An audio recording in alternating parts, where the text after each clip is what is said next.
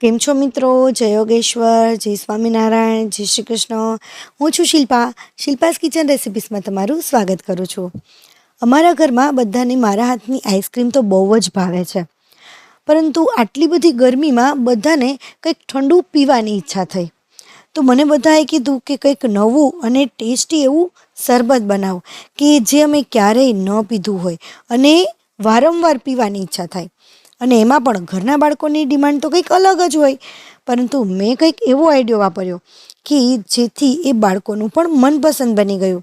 તો ચાલો આજનું આ ઠંડુ ઠંડુ અને ટેસ્ટી એવું શરબત બનાવીએ ને એ પહેલાં મારે તમને એક વાત કહેવાની છે કે જો તમે ચેનલને સબસ્ક્રાઈબ ન કર્યું હોય ને તો સબસ્ક્રાઈબ કરી લેજો, કેમ કે હું આવા જ નવા રેસિપીસના નવા વિડીયો લાવતી રહું છું.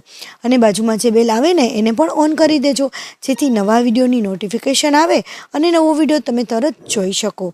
અને વિડીયો કેવો લાગ્યો ને એ મને કમેન્ટમાં જણાવજો. અને હા, જો વિડીયો તમને થોડો પણ ઉપયોગી બને તો બીજા સાથે શેર પણ જરૂર કરજો, જેથી એમને પણ ઉપયોગી બની શકે. તો ચાલો બનાવવાનું શરૂ કરીએ.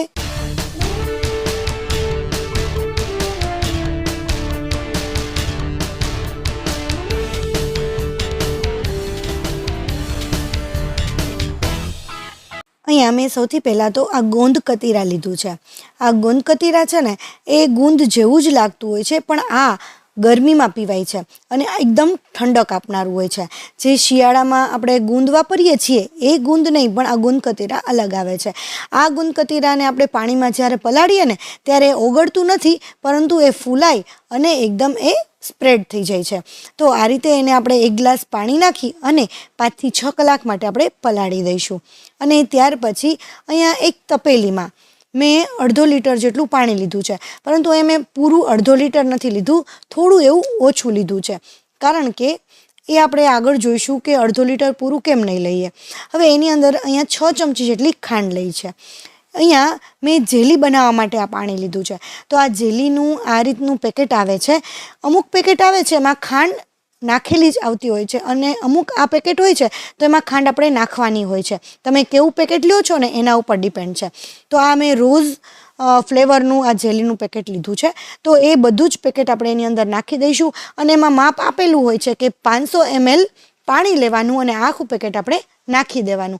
પરંતુ 500 ml કરતાં જો 450 ml આપણે પાણી લઈએ ને તો આ જેલી છે ને એકદમ મસ્ત બને છે.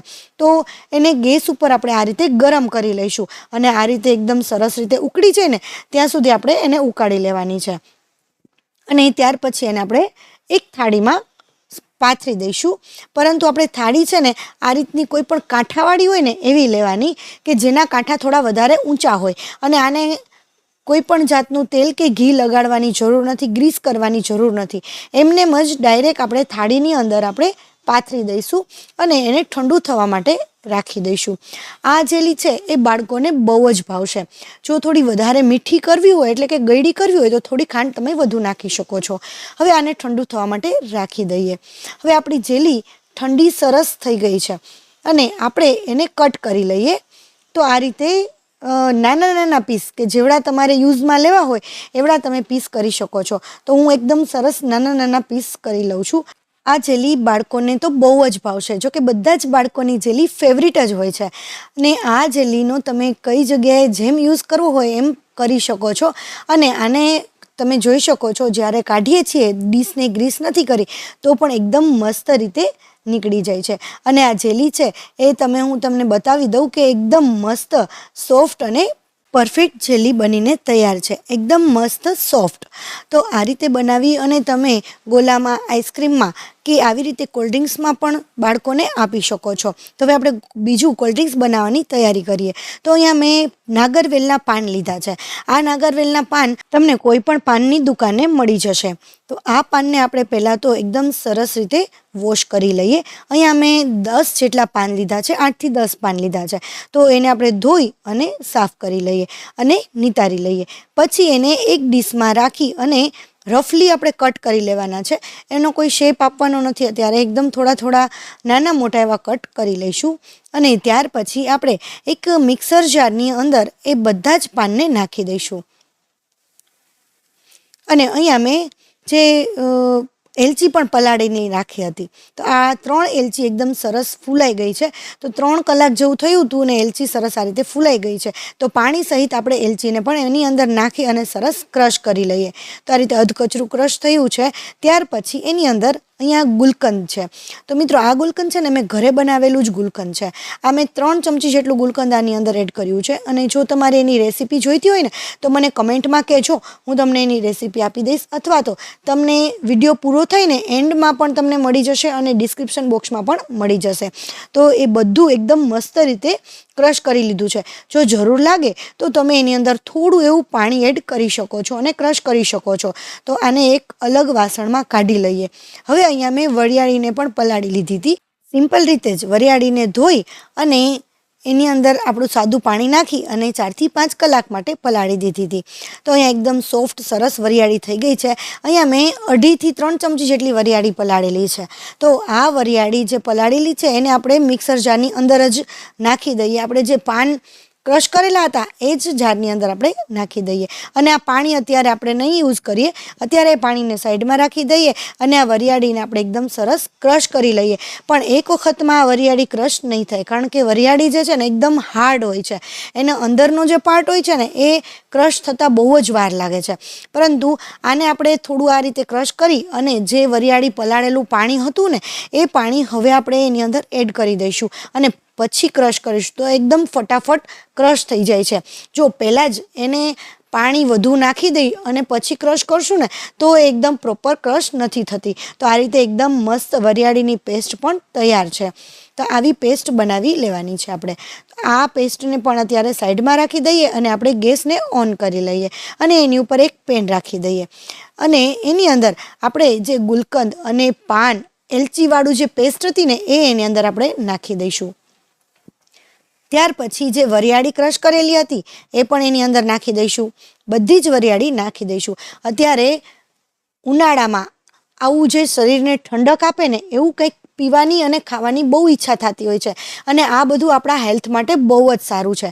તો આ રીતે જેવું ઠંડક આપે ને એવું આપણે પીવાનું છે. તો બધી જ વસ્તુ આપણે ઠંડક આપે ને એવી આપણે એમાં નાખીશું. મિક્સર જારમાં થોડું એવું પાણી નાખી હલાવી અને એને પણ અંદર નાખી દઈશું. બહુ વધારે પાણી આપણે યુઝ નથી કરવાનો, એટલે વધુ પાણી નહીં નાખીએ. અને ત્યાર પછી આની અંદર 1 વાટકી આપણે ખાંડ નાખીશું. તમારે વધારે ઠંડક આપે એવું બનાવવું હોય ને તો એની અંદર તમે સાકર પણ નાખી શકો છો. અહીંયા મેં 1 વાટકી ખાંડ નાખેલી છે. તો એ ખાંડને આપણે એકદમ સરસ મિક્સ કરી લઈએ.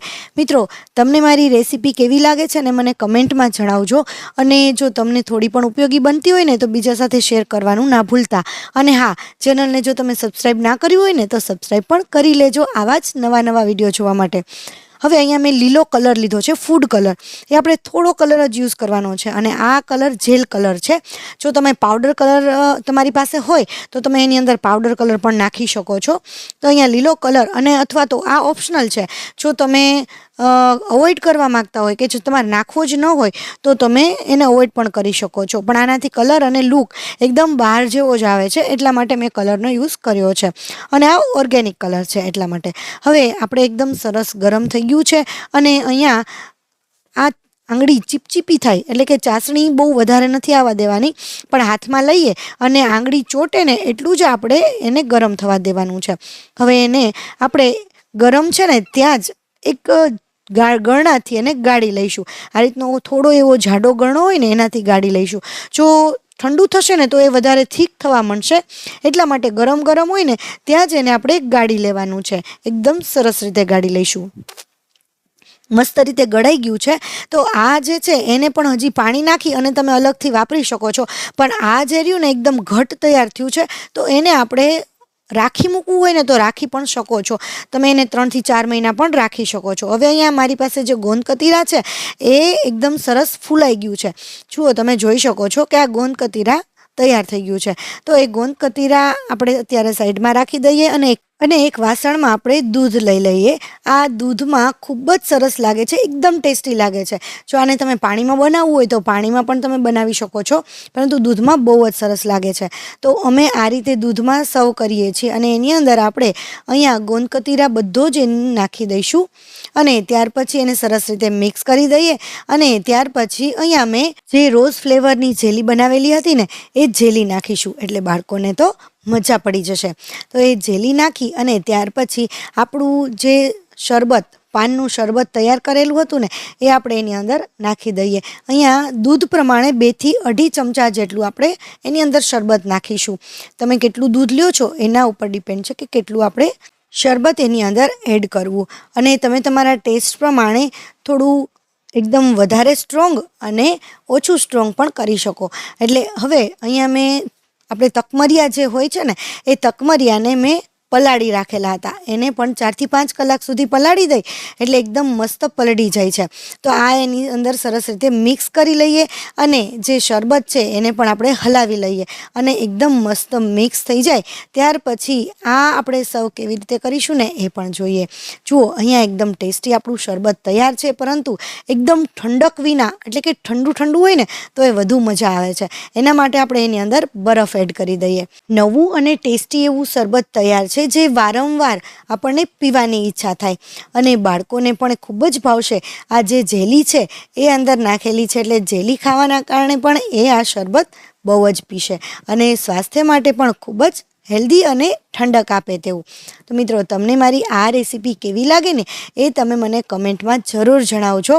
અને હા મિત્રો, તમે કયા ગામથી કે કયા સિટીથી છો એ મને કમેન્ટમાં કહેજો, કારણ કે મારા વ્યુઅર્સ મારા વિડીયો કયા ગામથી કે કયા સિટીથી જુએ છે એ મને ખ્યાલ આવે. તો એ પણ તમે મને જરૂર જણાવજો. તો એની ઉપર થોડા આપણે રોઝ પેટલ એટલે કે ગુલાબના તાજા પાનથી એને ગાર્નિશ કરીશું. તો તૈયાર છે આપણું ટેસ્ટી અને નવું એવું શરબત. ઠંડુ ઠંડુ પીવાની મજા આવી જાય. Thank you for watching. નવી રેસીપી સાથે ફરીથી મળીશું. ત્યાં સુધી બાય બાય.